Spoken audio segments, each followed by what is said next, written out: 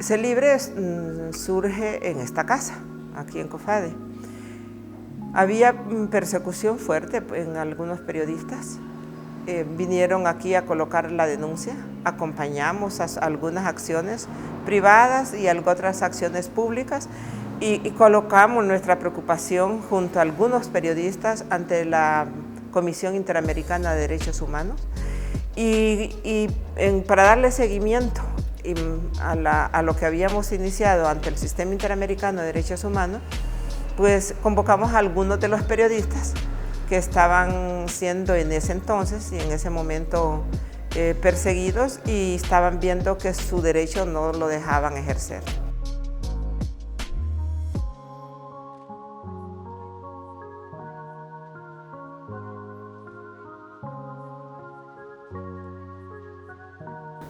Porque es la única organización no gubernamental que ha logrado mantener una política de defensa permanente del derecho a la libertad de expresión, que es el derecho fundamental, ¿verdad? Si no tenemos libertad para hablar de otros derechos, de la violación de otros derechos, ¿verdad? Es imposible, pues, darlos a conocer.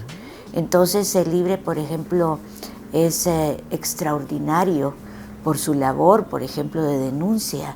Pues si usted me pregunta qué era lo que pretendíamos, era crear un espacio para que cumpliera su rol, para que cumpliera la función de la prevención, el acompañamiento y la denuncia en contra de las violaciones que ya mirábamos que iban a ser víctimas los periodistas y comunicadores sociales en nuestro país. Había ya todo un diseño, ya se generaba y esa fue la misión.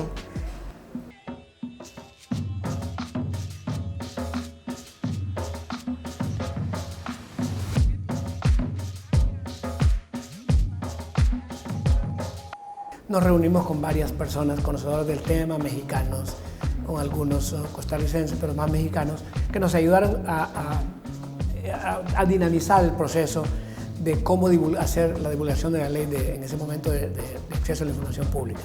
Entonces Félix me trajo acá en el 2004, hicimos un trabajo muy cercano en el Congreso de la República, estaba de presidente del Congreso don Porfirio Lobo Sosa, y él nos asignó un diputado ahí para que con él conversáramos. Entonces nos acercamos, un hombre muy amable, pero no actuaba en nada, es decir, era amable en el sentido de recibirnos en su oficina en el Congreso, pero no movía un dedo para que la ley se aprobara. Entonces eso nos obligó a buscar otras salidas y nos acercamos entonces al grupo de Manuel Zelaya, que es el Movimiento Esperanza Liberal.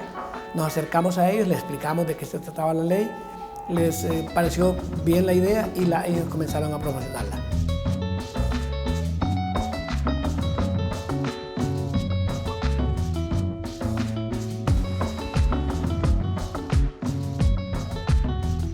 CELIBRE ha lanzado al público nacional e internacional el primer periódico digital del país en temas de derechos humanos, especialmente destinado a un público internacional que está deseoso de informarse sobre diferentes temas y que, bueno, la prensa tradicional no ha cubierto durante muchísimo tiempo.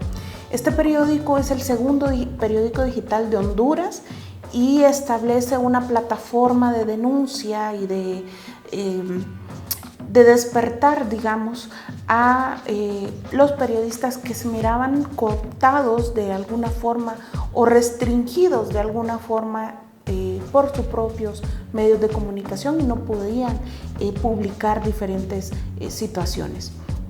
Igualmente hemos articulado más de 16 redes a nivel nacional de periodistas y comunicadores sociales del país. Esto ocurre justamente después del golpe de Estado, un gran reto para nuestra organización, porque precisamente sentar a la prensa hondureña en momentos de muchísima crispación política era todo un reto, pero ocurre también en momentos en el que la prensa hondureña registraba 10 asesinatos en 2010.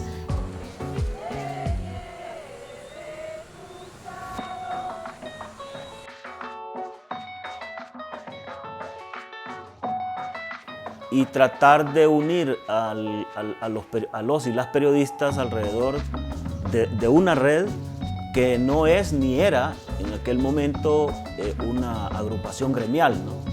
Como en algún momento algunos periodistas lo quisieron ver.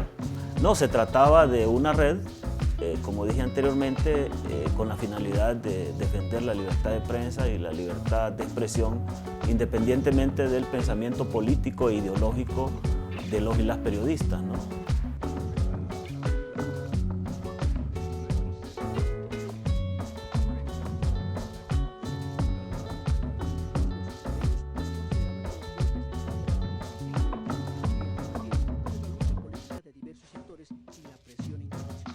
Y aún ahora, los y las periodistas siguen siendo agredidas, es decir, el número de periodistas asesinados pues, realmente creció de una manera que nadie se lo imaginaba, ¿no?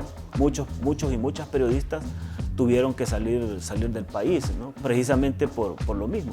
Entonces la red lo que venía a hacer era a defender la libertad de expresión, a unirnos alrededor de ese derecho fundamental para la existencia de la democracia. A partir del golpe de Estado creo yo que es la única organización que ha logrado mantener una voz seria, una voz muy decidida de demanda del respeto a la libertad de expresión de los manifestantes en contra del golpe de Estado.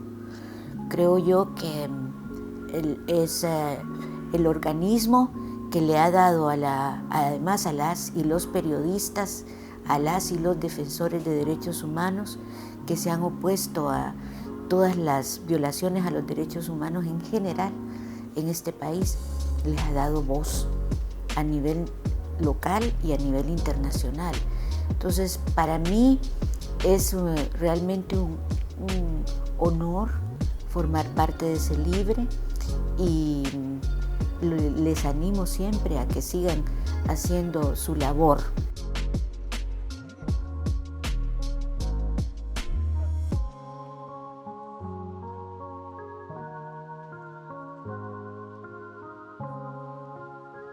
Se ha podido salvaguardar la vida de muchos periodistas que estaban en riesgo, especialmente porque colegas de sus propias localidades han podido denunciar a tiempo diferentes situaciones que se han dado en el campo con las alcaldías, con las instituciones, con las fuerzas de seguridad nacional, entre otras. Igualmente consideramos muy relevante que hemos estado acompañando todos los movimientos sociales del país en sus diferentes luchas.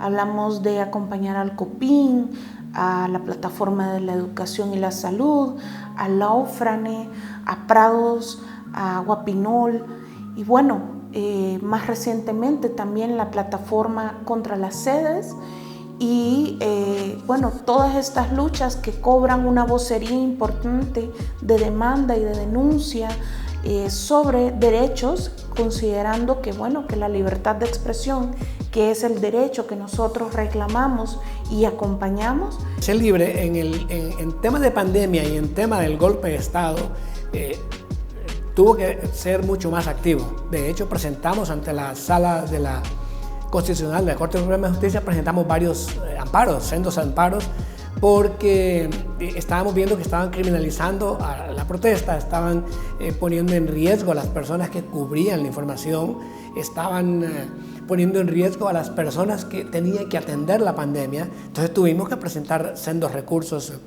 de amparo ante la Corte Suprema de Justicia. O sea, hemos estado muy activos. Ahora, nos preocupa qué es lo que viene con estas reformas al Código, y no solamente con la reforma, sino la forma en que se está desarrollando sociológicamente este país, porque hay cambios de la noche a la mañana.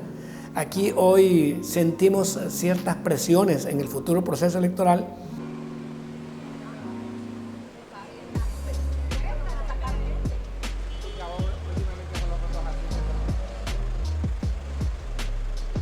Este proceso electoral estamos preocupados, como muchas otras organizaciones, preocupados de la forma en que pueda presentarse una elección, porque si van a haber protestas y así como se hizo el cambio en el código, van a ser criminalizados y se habla hasta 10 años de cárcel por que yo salga a la calle y decir estoy en contra de la corrupción que se ha dado. ¿Quién no va a estar en contra de los actos de corrupción que son evidentes en el país?